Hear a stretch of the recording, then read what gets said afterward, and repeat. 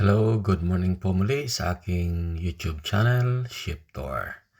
So ngayon po ay gagawa po ako ng creamy carbonara.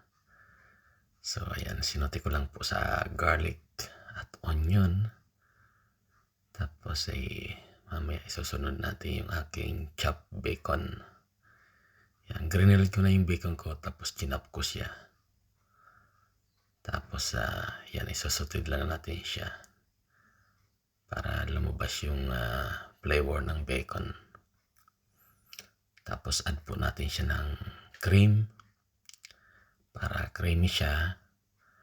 Dadagdagan po natin siya ng evaporated milk para mas creamy siya. Hindi siya dry. At least pag nag-cool down siya, andun pa rin yung pagka-creamy niya. Tapos wala na tayong ibang lalagyan na ingredients masyado dyan of flavor kasi maalat na yung bacon. So black pepper na lang, saka parmesan, cheddar, yan, parmesan, saka chopped parsley. So ayan lang po yung aking pang flavor kasi maalat na. Yan, aking parmesan cheese.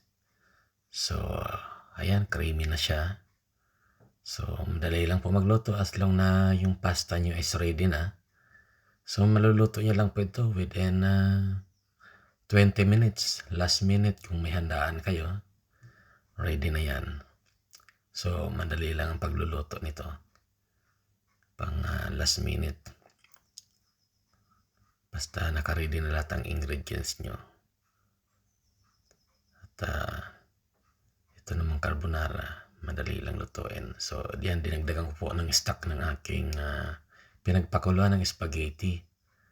So bago nyo itapon ng tubig, mag-set aside kayo ng isang bowl pang dagdag nyo dyan at medyo thickness yung nyo sauce. Pwede nyo i-reduce ng stock.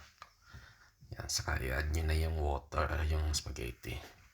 So habang minimix nyo yan, makikita nyo dyan kung kulang pa ba ng cream o evaporated. Para sa akin, tama na sa akin yung cream. I-reduce ko na lang siya ng evaporated milk. Kasi meron sa parmesan. Tapos yung stock na tinabi ko, yun ang i-adjust ko na. So dinagdagan ko rin ng chop ham. Supposed to be dapat yung ham kasama dun sa aking bacon pag susuti. So medyo nakalimutan ko. Pero okay na rin yan. At least nandiyan yung flavor ng ham. So bawas po tayo sa panimpla dahil puro maalat na po yung ating mga ingredients. So ayan po, kung makikita nyo, dinagdagan ko po siya ng stock para mas creamy siya. Kasi masyado malapot yung aking sauce. So ayan, salamat po muli sa inyong panonood sa aking YouTube channel.